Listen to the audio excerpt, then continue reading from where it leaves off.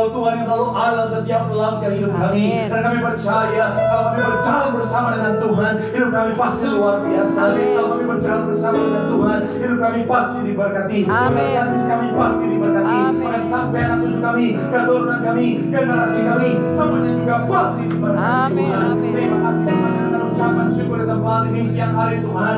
Kami mau bawa hati kami Tuhan. Kami mau siapkan hati kami untuk terima kebenaran firman-Mu. Kami mau diajar sama Tuhan. Kami mau dididik sama Tuhan. Kami datang dengan keselamatan hati Tuhan. Kami datang dengan hati hamba untuk terima isi hati pemerintah-Mu, ajaran-Mu. Dan kami doa benih firman dan bertumbuh berakar dan berbuah. Kami yang terima firman bukan cuma duduk diam jadi pendengar, tapi kami boleh bangkit jadi pelaku firman Tuhan. Karena kami bersatu hati Tuhan, kami berdoa, kami menyerahkan hamba-Mu yang kepercayaan untuk menyampaikan firman urapan Tuhan mengalir atas hamba-Mu. Tuhan yang suci kan, Tuhan yang layak kan, Tuhan yang mampukan malaikat surga berjalan bagi hamba ini Tuhan. Kami doa yaitu Tuhan dalam pengurapan Tuhan yang layak, akhirnya dipakai Tuhan dengan luar biasa, dilayakkan Tuhan yang tidak mampu Tuhan bahkan jadi luar biasa.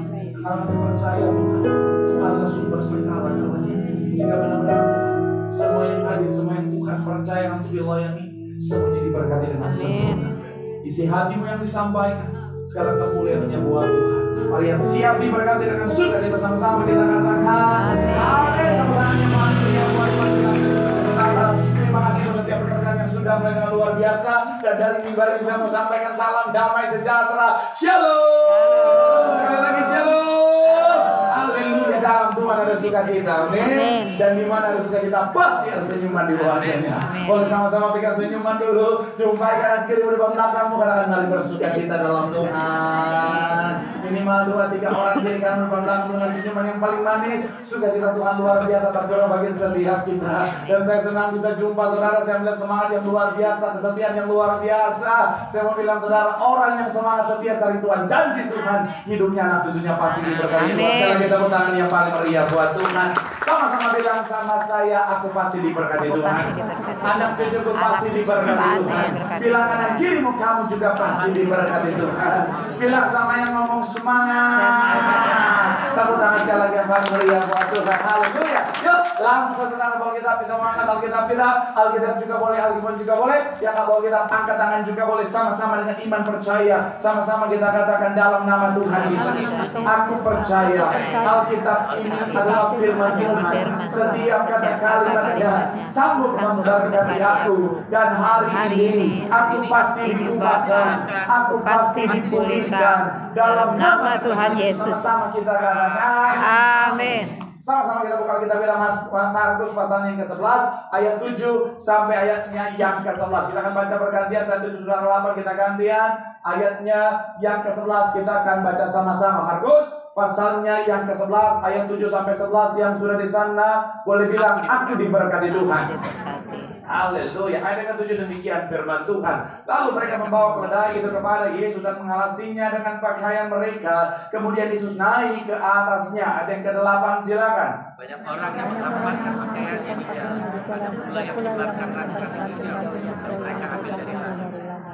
Ayat yang ke-9 dikatakan apa? Orang-orang yang berjalan di depan dan mereka yang mengikuti dari belakang berseru, Hosana, diberkatilah dia yang datang dalam nama Tuhan. Ayat yang ke-10 silakan. Diberkatilah kerajaan yang datang, kerajaan Bapa kita Daud, Hosana di tempat yang maha tinggi. Ayat 11 sama-sama 3. Iya, sesamanya di Yerusalem ia masuk ke bait Allah, di sana ia meninjau semuanya. Tetapi sebab hari itu sudah hampir malam, ia keluar ke Betania bersama dengan apa?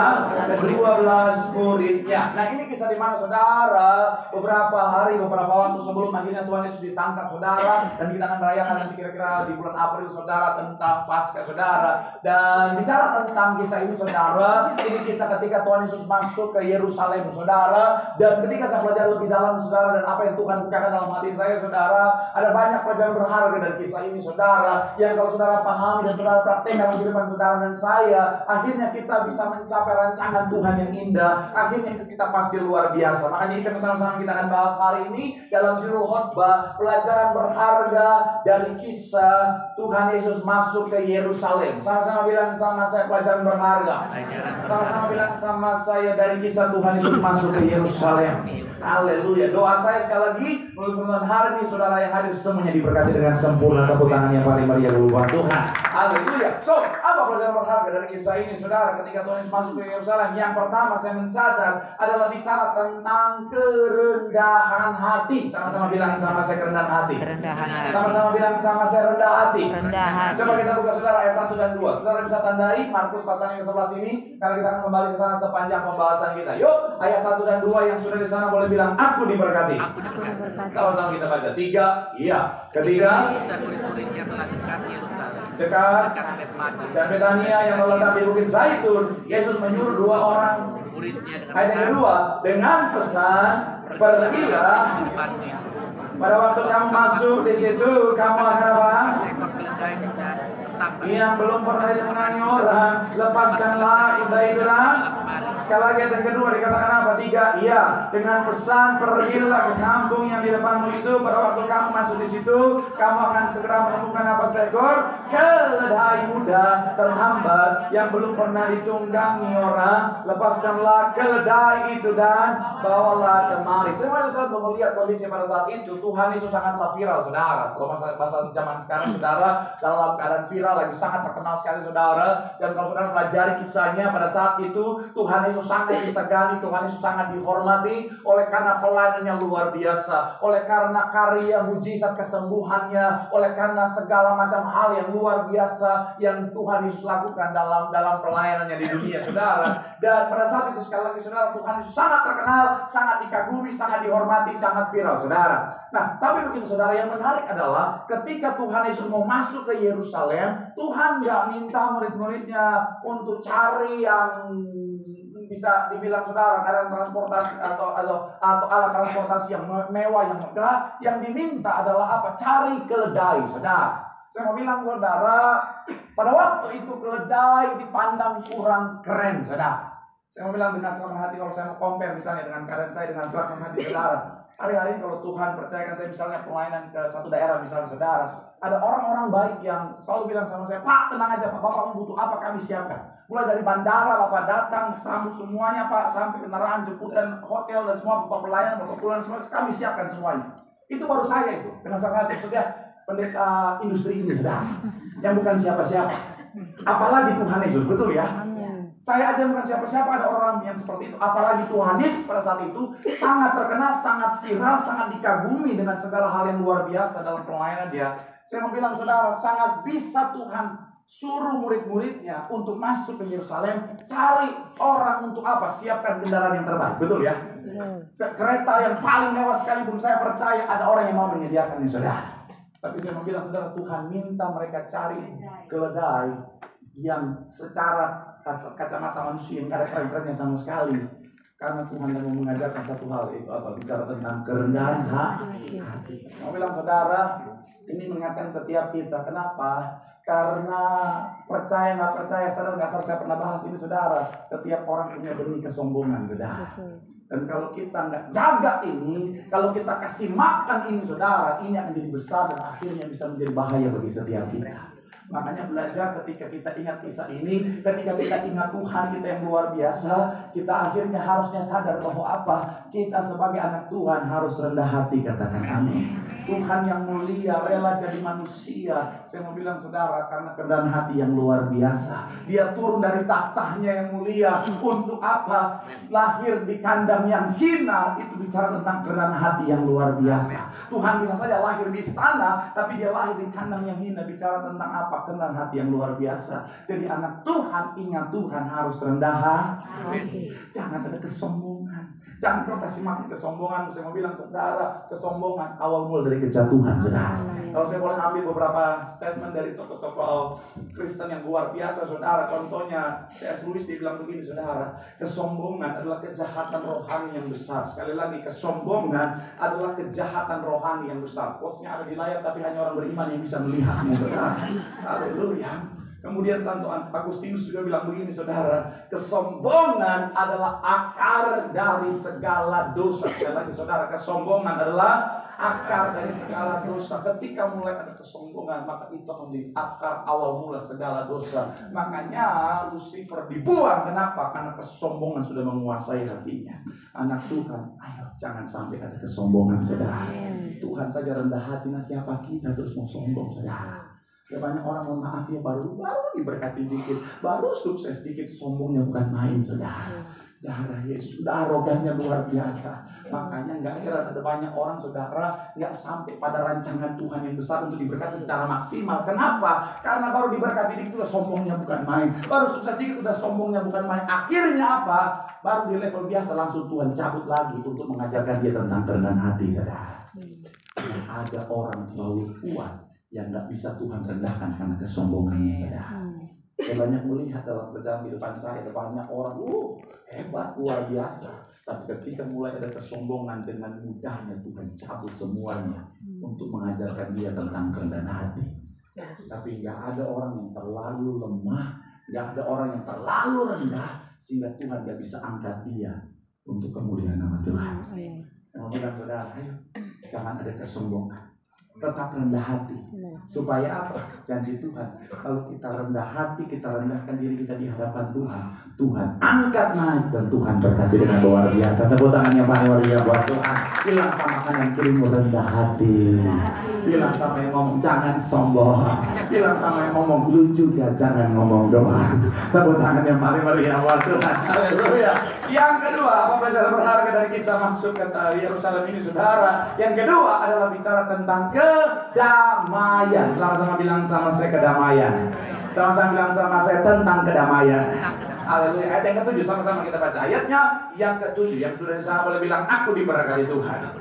3, ya. Lalu mereka membawa keledai itu kepada Yesus dan kemudian Yesus naik ke, sekali lagi saudara, di bagian awal dikatakan lalu mereka membawa apa? Keledai itu kepada Yesus. Nah, sedikit saudara, saya berusaha untuk menyampaikan sesederhana mungkin. Saya sebagai seorang hamba Tuhan, tugas kita adalah belajar seribet-ribetnya, saudara. Tapi ketika dalam penyampaian sesederhana mungkin, saudara. Saya nggak mau jemaat Tuhan datang hari Minggu ke sesi saya, saudara, rasa pendalaman Alkitab, saudara. Kasihan, Senin sampai Jumat udah tertekan di kantor, pas nyampe ke sini lagi. Tapi saya serah untuk memahami sedikit, saudara, bahwa kalau saudara perhatikan, saudara, dalam ayat ini hanya bicara tentang satu keledai saja. Padahal kalau saudara compare dengan ayatnya yang ada di Matius 21, saudara, di Matius 21, kalau saudara baca, di situ dikatakan apa? Dengan pesan, pergilah ke kampung yang di depanmu itu, dan di situ kamu akan segera apa? Menemukan seekor keledai betina bertambah dan anaknya, dan ada di dekatnya. Nah, ternyata saudara, lebih detail lagi Matius menulisnya, saudara. Jadi ada 2 keledai, yang satu induk, kemudian ada anak di samping. Tapi Markus hanya fokus kepada anak yang ditumpangi Tuhan Yesus. Yang menarik begini, saudara, kenapa saya mau membahas ini secara detail, saudara? Dalam terjemahannya sangat detail di sana bicara tentang anak domba, ya, anak keledai ini, saudara. Kenapa begini? Secara tampilan fisik, saudara, si domba betina itu lebih kokoh. Fotonya boleh tim saya. Kira-kira seperti ini gambarnya, saudara. Yang di belakang adalah induknya, saudara. Itu lebih kuat tampilannya, bahkan hampir menyerupai kuda, saudara. Sedangkan bicara tentang domba muda ini, saudara, yang ditunggangi Tuhan Yesus, ini tampilnya sepertinya tidak berdaya, saudara. Kemudian saya pelajari lebih dalam lagi, saya gali lebih dalam lagi, saya menemukan begini, saudara. Ternyata kenapa Tuhan pilih yang tampilannya seakan-akan tidak berdaya ini, saudara?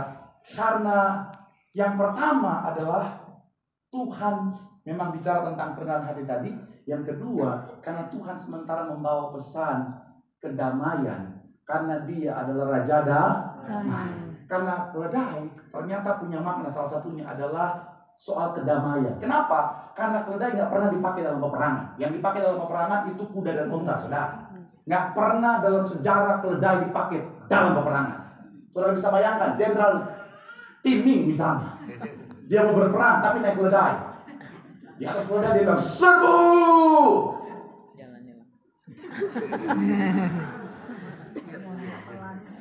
Kamu banget, Pak. Iya kan? Musuhnya juga, buset. Nyampe-nyampe. Makanya ternyata keredahan adalah lambang daripada kedamaian. Saya coba pelajari lebih dalam lagi. Ternyata begini saudara. Karena Tuhan mau kasih tahu kepada orang Yerusalem bahwa Dia datang pembawa damai, bukan pembawa peperangan. Karena apa? Karena mereka pada saat itu saudara, perspektif mereka sama seperti perspektif orang Yahudi pada masa itu, saudara, orang Israel pada masa itu, saudara, bahwa Mesias yang akan dilahirkan, yang akan datang ini adalah Mesias yang akan memimpin peperangan, pemberontakan terhadap penjajahan Romawi. Untuk apa? Untuk mengembalikan kejayaan kerajaan Israel pada masa itu, saudara. Pada saat kapan pemimpin Raja Israel siapa? Daud. Makanya saudara, pas saudara lihat ayat 10, saudara, katanya nggak belajar Pak Pendeta. Nggak apa-apa. Ya serius sedikit. Diberkatilah kerajaan yang datang. Ini mereka yang teriak. Kerajaan Bapak kita Daud. Hosana di tempat yang tinggi. Mereka sementara meneriakan harapan mereka bahwa Mesias itu Tuhan Yesus akan memimpin pemberontakan, mengalahkan penjajah. Supaya apa saudara? Supaya akhirnya kerajaan Daud itu kembali. Dengan apa saudara? Tuhan Yesus menjadi pemimpin secara politik. Padahal Tuhan nggak datang untuk dunia, bukan untuk jadi raja bagi dunia dalam konteks raja di dunia, tetapi raja di atas segala raja. Dan Tuhan datang bawa kedamaian. Makanya ketika ingat ini saudara, pesan yang kedua yang Tuhan taruh bagi saya, anak Tuhan harus bawa damai. Amin. Karena di hati kita ada raja dah. Gak bisa Pak Pendeta. Masalahnya kan saya orang Ambon, Batak, Manado, Papua lagi Pak Pendeta. Ada campuran cincin glodok lagi Pak Pendeta. Saya mau bilang saudara, sekalipun saudara ada mengalir darah Petrus, tapi gara-gara statement ini ada oma-oma marahin saya saudara. Selesai saya khotbah dimarahin sama oma, bayangin. Saya masih evangelis waktu itu saudara, awal mula pelayanan, oma marahin saya. Jangan bilang darah Petrus. Kita ini darah Yesus. Oh Tuhan Yesus. Saya nggak berani lawan udah oma-oma saudara. Mau dilawan nih Tuhan kan masih butuh masa depan saudara. Siap oma. Iya. Yang pertama karena dia oma-oma saya nggak berani lawan. Yang kedua karena saya pernah dengar satu cerita, ada oma-oma di rumah sakit, dokter tanya, Oma golongan darah apa? Golongan karya, enggak ada. Enggak golongan. Darah itu golongan A, AB, B, ada C.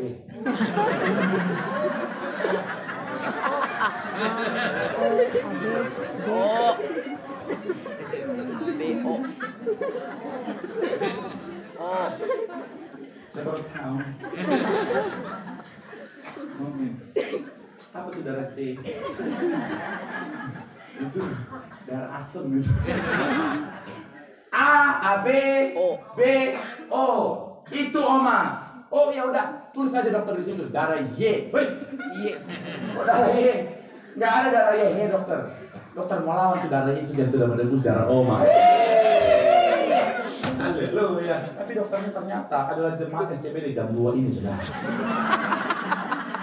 Jadi dia bilang sama si oma, oh oma dari Yesus itu darah O. Dari mana? Ada lagunya. Oh. Saudara kalau ketemu oma ini kasih tahu lagu ini. Saya mau bilang sekalipun kau bilang Pak Pendeta ada darah itu, saya mau bilang sekali lagi saudara, ada Tuhan Raja Damai dalam hatimu, amin. Jangan suka berantem sama orang, karena kita harus jadi kitab yang terbuka, amin. Jangan anak Tuhan, orang Kristen ngakunya tapi berantem, di mana-mana berantem. Ketemu orang yang oh Tuhan Yesus, oh Tuhan, sama orang lihat dia, oh Tuhan ini anak Tuhan ya. Kemudian saudara hati-hati saudara, sekalipun kita di Jakarta yang jalanannya begitu mengerikan, tetap jadi anak Tuhan yang cinta damai, amin. Jangan sampai akhirnya apa? Di jalan kau mobilmu, motormu ada lambang Tiberias depan belakang, saudara. Di kaca belakang ada tulisan Immanuel, yang berarti Tuhan beserta kita. Tapi disalib dikit, saya nulis, oh Tuhan Yesus. Saya ngerti kadang-kadang situasi nggak mudah. Pak Pendeta sih nggak ngalamin, pernah saya ngalamin saudara. Saya udah standby di lampu merah, berhenti saudara. Karena memang lampu merah, udah kuning mau ke merah saya berhenti. Karena saya orang normal. Ada orang nggak normal, udah mau merah dari kuning, dia gas. Pas hijau dia berhenti, saudara. Takut di sebelah ada yang maju katanya. Saya udah berhenti, tiba-tiba dari belakang. Tuh, oh Tuhan Yesus, langsung kepikiran Tuhan masih hijau, Tuhan Yesus. Udah Manado so naik, saudara. Oh Tuhan, karena ini udah ditabrak. Kalau orang lain, maaf, saya udah nggak. Ini udah nabrak, main kabur aja nggak minta maaf. Sudah buka jendela, saudara. Oh, anak Tuhan, Raja Damai. Saya bilang, God bless you. Oh Tuhan. Saya mau bilang sekali lagi, saudara, cinta damai. Amin. Shalom, bapak-bapak. Ada Raja Damai di hatimu, amin. Cinta damailah. Kok nggak ada aminnya? Shalom, bapak-bapak. Shalom. Ada Raja Damai dalam hatimu, amin. Cinta damailah. Tiga orang, amin. Ada bapak-bapak kadang-kadang saudara, katanya ada Tuhan yang di dalam dia, tapi Tuhan marahin istrinya udah kayak marahin musuh, saudara.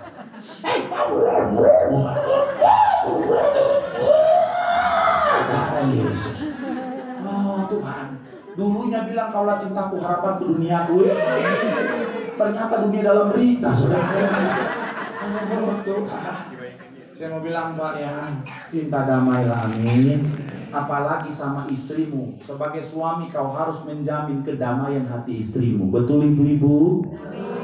Karena saya mau bilang Pak, kalau istrimu kau nggak jaga kedamaian dalam hatinya, itu akan berdampak buat dirinya dan juga anak-anakmu. Saya melayani banyak keluarga. Ada seorang ibu marah banget sama anaknya, dikit-dikit salah, dihajar anaknya, saudara. Pas saya tanya, emang salah apa bu? Mukanya mirip bapaknya.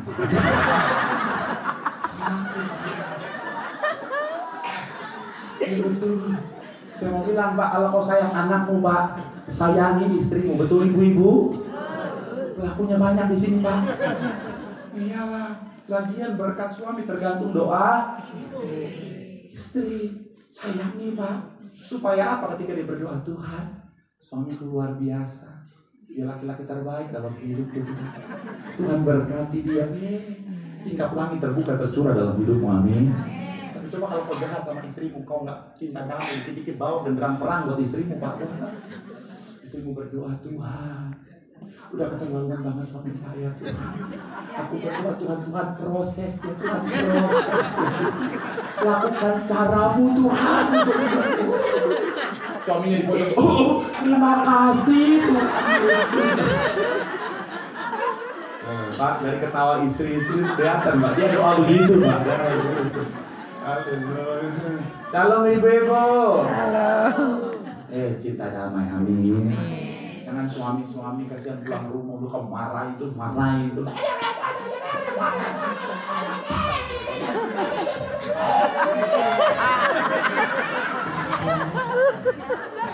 Suami udah capek, udah di kantor dimarahin bos, pulang rumah dimarahin istri lagi. Akhirnya apa? 2 minggu kemudian setelah sesak nafas.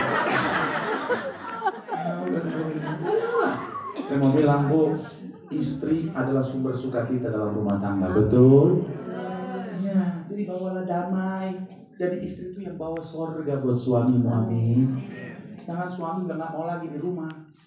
Gak betah Pak, saya di rumah, saya mau di kantor aja terus Pak. Akhirnya jadi pendeta, tolong lihat suami saya Pak pendeta. Gak betah di rumah, gara-gara kuntilanak kayaknya. Ketika saya konsultasi, saya tanya apa sih Pak? Akhirnya saya tahu alasan, saya bilang sama ibu, mohon maaf Bu ya. Bapak bukan karena kuntilanak gak mau betah di rumah. Terus apa Pak? Mohon maaf Ibu, kata Bapak gara-gara congormu gitu. Bapak-bapaknya udah ngomong berat saya. Bu jangan ketawa, bertobat Bu. Shalom anak muda. Ada Raja Damai dalam hatimu, amin. Cinta damailah. Jangan anak muda, orang tua kasih tahu, ngomong dikit langsung.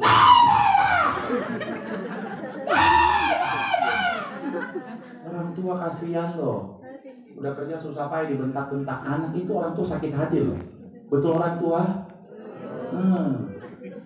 Sayangi orang tuamu. Ke pacar aja luputnya bukan main. Sayang. Kamu kok ngomongnya lembut banget? Aku memang gini orangnya. Soft spoken. Ke mamamu tuh nggak ada softnya. Saya mau bilang saudara anak Tuhan harus bawa damai, amin. Kabar baiknya begini saudara, kemanapun kita berada kalau ada damai, kesanalah berkat Tuhan itu diperintahkan. Tepuk tangan yang paling meriah buat Tuhan. Bilang sama kanan kirimu cinta damai. Bilang sama yang ngomong ada raja damai dalam hatimu. Tepuk tangan yang paling meriah buat Tuhan. Yang terakhir kamu segera siap-siap yang ketiga saudara. Apa pelajaran berharga dari kisah ketika Tuhan Yesus masuk ke Yerusalem? Yang ketiga adalah bicara tentang kemuliaan. Sama-sama bilang sama saya tentang kemuliaan. Sama-sama bilang sama saya kemuliaan. Ayat 8 sampai 10 sama-sama kita baca. 8 sampai 10 3. Iya. Banyak Hamparkan pakaiannya di jalan. Ada pula yang apa? Udah kepahitan sama pendeta. Ayat 8 dan 9. Oh aduh. Tapi nggak apa-apa. Kepahitan sama pendeta nggak apa-apa. Daripada punya niat mencium pendeta udara itu. Masih trauma saya Tuhan. Makanya saya ke CP, saya bawa tim banyak banget saudara. Saya lindungi saya. Jauhkan dari Betseba masa kini. Saya itu cerita masih merinding gitu saudara. Buat saudara yang nggak tahu kisahnya tanya apa yang datang minggu. Tiga ya, banyak orang yang apa? Mengamparkan pakaiannya di jalan. Ada pula yang apa? Menyebarkan ranting-ranting di jalan dan apa? Tahan sampai di sana. Kalau saudara perhatikan mereka menghamparkan pakaian. Pakaian pada masa itu saudara adalah bicara tentang kemuliaan seseorang saudara. Makanya ketika bicara tentang dalam doa perjamuan kudus kita dikatakan jubah baru, itu bicara tentang kemuliaan. Tetapi mereka lakukan itu saudara karena mereka memuliakan nama Tuhan. Selanjutnya ayat 9 dikatakan apa? Orang-orang yang apa? Berjalan di depan. Yang mengikuti dari belakang berseru apa? Berkatalah dia yang datang dalam nama Tuhan. Ayat ke-10 dikatakan apa? Diberkatilah kerajaan yang datang, kerajaan Bapa kita Daud, Hosana di tempat yang maha tinggi. Yang bilang saudara, apa pelajarannya? Di dalam Tuhan ada kemuliaan. Amin. Sama-sama bilang sama saya, di dalam Tuhan Di dalam Tuhan ada kemuliaan. ada kemuliaan. Kalau saudara hidup dalam Tuhan, kemuliaan Tuhan akan luar biasa terpanjang untuk hidup. Amin. Dalam perjalanan kehidupan saya pernah dalam kondisi di mana saya salah karena saya mengejar kemuliaan pribadi saudara. Tahun 2007 ketika saya nyampe, saya karir dalam entertain saudara, saya mengejar kemuliaan pribadi. Saya mengejar karena saya pikir kalau saya tenar, yaitu kesuksesan. Ketenaran, popularitas itu kesuksesan. Makanya saya selalu doa, Tuhan tolong Tuhan. Tuhan tolong Tuhan, buat saya sukses, terkenal, tenar semua. Tapi ya Tuhan dalam proses perjalanan kehidupan, Tuhan izinkan saya sadar dan dalam doa, dalam perbutuhan Tuhan juga bicara bahwa yang kamu minta untuk kemuliaanku atau kemuliaan itu saya seperti ditampar saudara. Saya sadar ini tugas saya adalah kemuliaan Tuhan. Makanya akhirnya saya fokus hidup dalam Tuhan, saya fokus yang saya kejar adalah kemuliaan Tuhan. Hidup saya harus memuliakan Tuhan. Kabar baiknya, ketika hidup kita untuk kemuliaan nama Tuhan, kemuliaan Tuhan tercurah dalam kehidupan setiap kita, maka hidup kita akan memancarkan kemuliaan Tuhan. Nah, ada dua pesan yang Tuhan taruh di hati saya ketika saya renungkan ini. Yang pertama adalah ketika hidupmu penuh dengan kemuliaan Tuhan, jangan mencuri kemuliaan Tuhan. Mohon maaf, ada banyak orang ketika hidupnya penuh dengan kemuliaan Tuhan, malah justru dia curi kemuliaan Tuhan. Dia pakai kemuliaan Tuhan untuk keuntungan pribadi, untuk kebanggaan pribadi. Nah, itu yang salah. Karena kalau itu kita lakukan, Roh Tuhan bisa undur daripada kita. Dan saya mau bilang orang saya hebat apapun kalau nggak ada kemuliaan Tuhan, hamba kita. Makanya Bapak Gembala Sidang selalu pesan sama kita dulu. Kalau you pelayanan, kalau you jadi hamba Tuhan, terus pelayanan itu banyak jemaat yang hadir, itu bukan karena you, tapi karena Roh Kudus yang menggerakkan hati jemaat Tuhan untuk hadir. Nah, itu yang saya selalu ingatkan dalam hati dan pikiran saya. Kalau saya pelayanan ada banyak jemaat Tuhan yang datang, Itu karena Roh Kudus yang gerakin, bukan karena siapa saya. Jangan sampai saya akhirnya merasa bahwa semua karena saya. Akan membawa pada kemuliaan yang mencuri kemuliaan, dan akhirnya apa? Kesombongan rohani, ujung-ujungnya kejatuhan. Sekarang saudara semua yang hadir, Roh Kudus yang bicara di hati saudara. Amin, amin. Kalau Tuhan izinkan banyak orang terima mujizat, banyak orang akhirnya disembuhkan. Hari ini ada berapa yang datang di BCP, seorang ibu dia bilang, terima kasih tangan saya Pak yang kemarin tergeser Pak sudah pulih Pak. Terima kasih doanya Pak.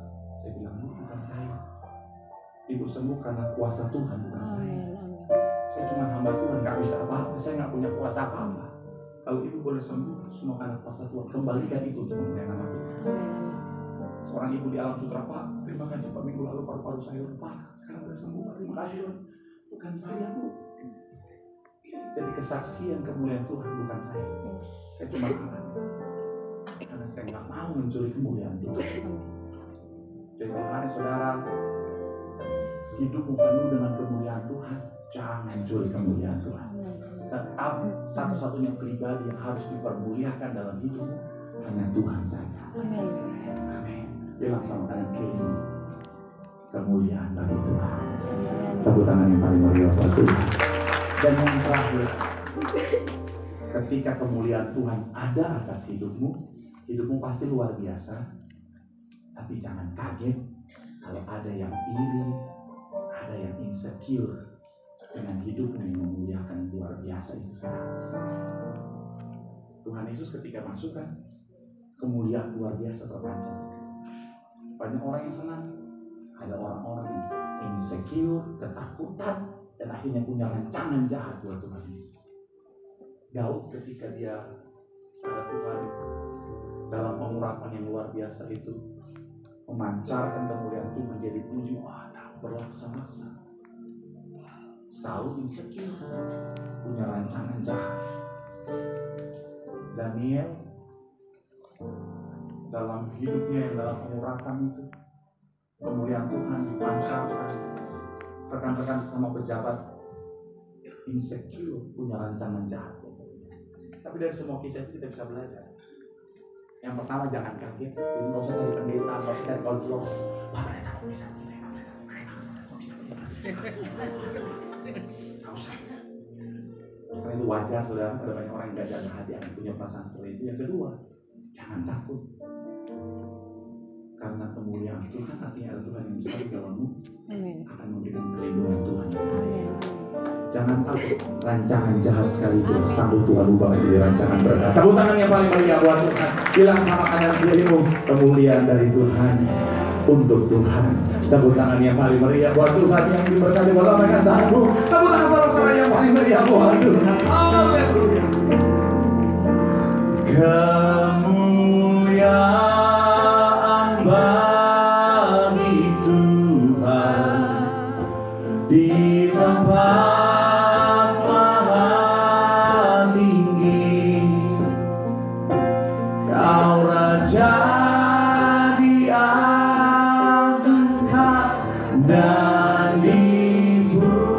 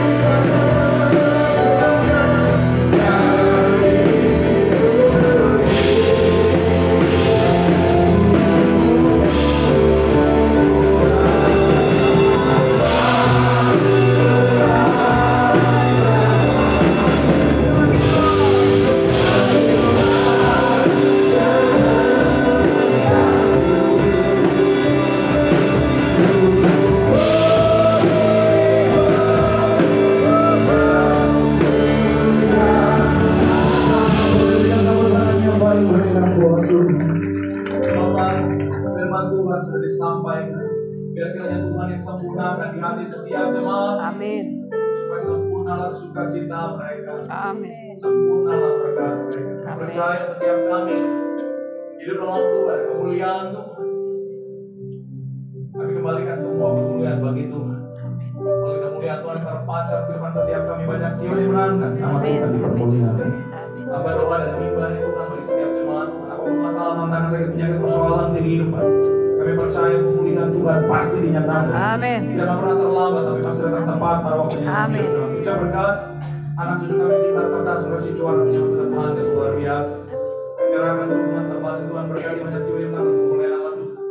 Ucap berkat, walau tempat di Bapak di mana yang besar Tuhan berkati. Ucap berkat untuk rekan yang melayani apapun bagiannya, semuanya juga pasti diberkati Tuhan. Gereja kami terutama yang sangat kami sayangi, kepala sidang kami, pendeta dan inti panitia cucu menantu, ekstra kuasa, ekstra pusat terus dipakai Tuhan luar biasa. Para pemimpin kami semuanya juga diberkati Tuhan. Gereja kami Tuhan akan terus pakai dari sarana perpanjangan tangan Tuhan untuk menjangkau banyak jiwa bagi kerajaan surga. Indonesia diberkati, Indonesia aman, damai, tenang. Indonesia dimenangkan untuk kemuliaan nama Tuhan. Sebentar kami pulang Tuhan jaga sertai. Sekarang jahat kami tolak dalam nama Tuhan Yesus. Besok dan seterusnya usaha pekerjaan bisnis toko dan industri kami Tuhan berkati berkasih. Akhirnya sebelum kami meninggalkan tempat ini, kami mau terima berkat dari surga. Bersama-samakan hatimu sama Tuhan. Sambil angkat kedua tanganmu dengan imanmu, pandang wajah Tuhan, dan terimalah berkat Tuhan. Tuhan memberkati hidupmu. Amin.